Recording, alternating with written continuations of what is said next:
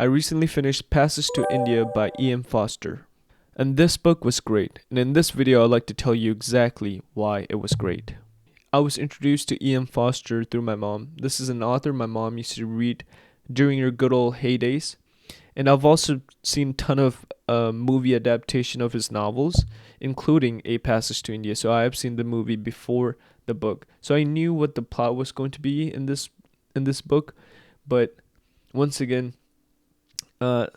this is another form of media where, book just tends to be a little bit better than movies. I feel like this book really did a good job on encapsulating this subtle kind of differences or subtle messaging between our characters, whether it was racism, differences of culture and religion. Those were very subtly inserted. So further ado, let me talk about the plot of the book, and then after that I'll talk about the two big plots in this book that made this book absolutely wonderful to read. The book starts off with a description of Chandrapur, India during the British Raj. The British and Indians live in the same place, but they live in two different worlds. Then we're introduced to our main character, Dr. Aziz. He's a young, promising Muslim doctor in Chandrapur. And within the first scenes, we see our main character, Aziz, and his friends discuss on being friends with English. They talk about befriending them, and they talk about how different their world is, and even if it's possible to befriend somebody from a vastly different world than yours. One evening, Aziz goes to a mosque to pray. While he's there, he notices an old English woman, enter the mosque unexpectedly. He's startled and angry by this old woman entering the mosque. He even sees this as a sign of disrespect.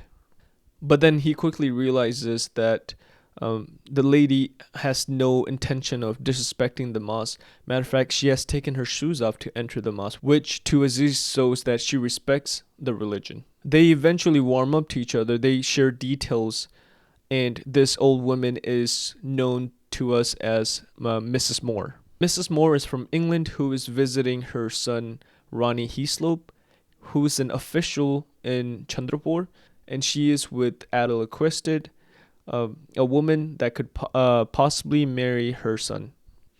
There's a real foreshadowing of friendship and a good relationship between Aziz and Mrs. Moore. He offers to take Mrs. Moore to the club where she could join the rest of her crowd.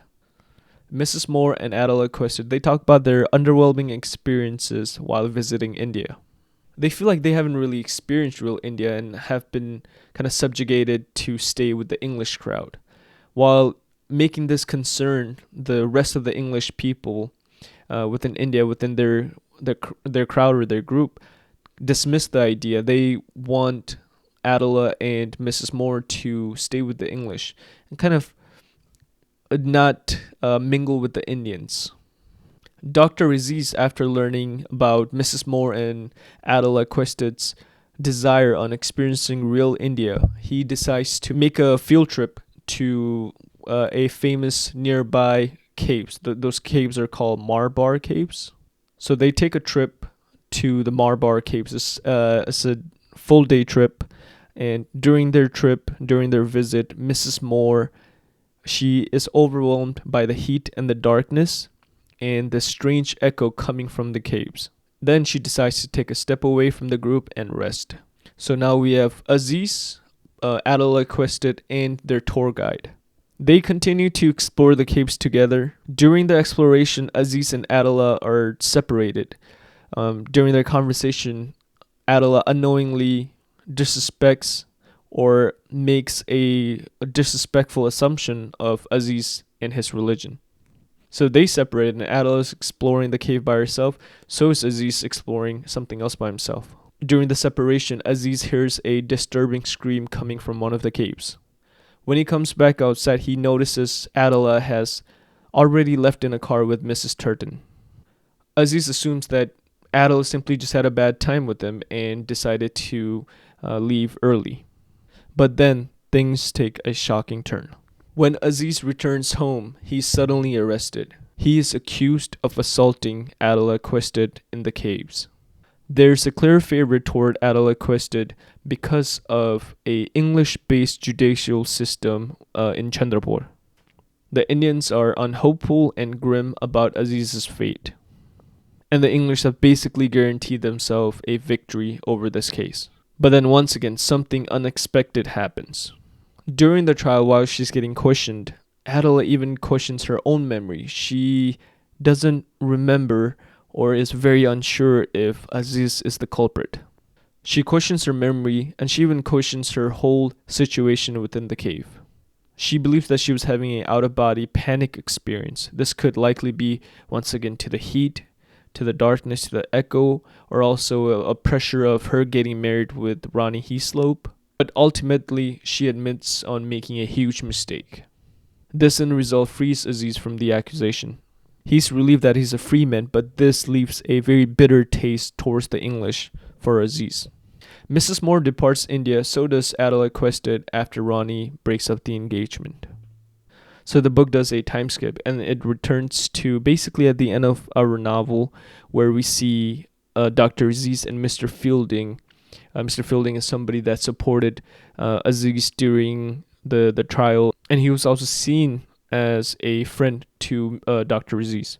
They take a last final ride at the end of the scene and kind of rekindle that conversation on being friends, as in if it's still possible to be friends as an Indian man and a British man, if it's still possible to be friends under British Raj. That is how the novel kind of ends. I really enjoyed this book. For me, the pacing from the introduction all the way to the middle and then to the trial of Aziz is really good, but I feel like my favorite part of the novel was after the trial, where we see Dr. Aziz being very anti-British Raj, or let me reword that, very pro-liberation India. That's something I really enjoyed. You don't really get to see that in the movie as much, so yeah, that was very well written by Ian Forster. How can you be friends with someone that sees you as inferior and then you see them as the oppressor? This novel starts and ends with that question. Culture, religion, class, and race is an obstacle for the English and the Indians in Chandrapur. The English secludes themselves and thinks of Indian as inferior, while the Indians view the English to be unfair and oppressed under the British Raj. In this novel, we almost get a possibility of Indians and the British being friends. We almost get to see a very cute and pure relationship brew between our main character Aziz and a elderly woman, Mrs. Moore, who is visiting India. And then we also get to see a very strong bromance building between Aziz and Mr. Fielding. Mr. Fielding is often described to be very supportive of Indians during the British Raj, and everything falls apart when Aziz is accused of assault. Mrs. Moore leaves India before testifying on behalf of her friend, and Mr. Fielding is often seen empathizing with Aziz's accuser. This leaves a very bad and a bitter taste on Aziz's mouth, especially in befriending English people. In the final scene, our main character Aziz and Mr. Fielding, they embrace each other one final time. They take a final horse ride together, and Aziz confesses that him and Mr. Fielding cannot be friends, or not yet.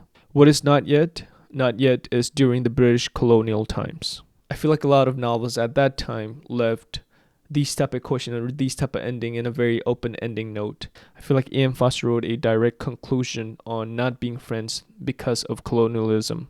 Another theme that I also wanted to talk about in this book is the theme of spirituality. I really enjoyed the exploration of spirituality done between the English and the Indians in this novel by Ian Forster. He alludes to the English spirituality or the lack of spirituality in the English world. There's a cold and systematic approach of spirituality in the English world. And Ian Forster kind of portrays the spirituality or the Christianity within the religion to be very binary.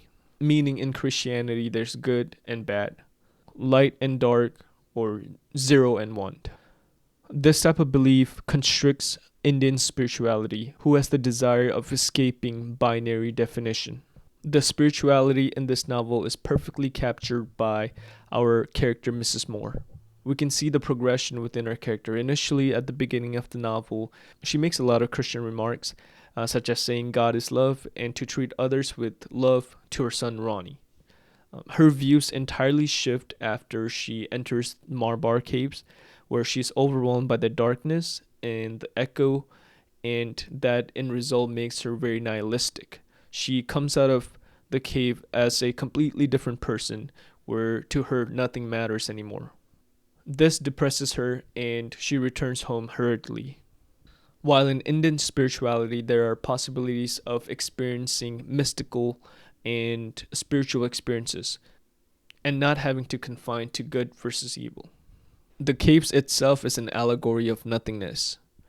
Spirit, body, sounds are all reduced to echoes within the caves. And the freeness of Indian spirituality does a better job encapsulating the experiences our characters had, rather than a very cold and systematic approach that the English have. That is the end of the video. Thank you very much. Once again, thanks for enjoying the video. I hope you have a good day.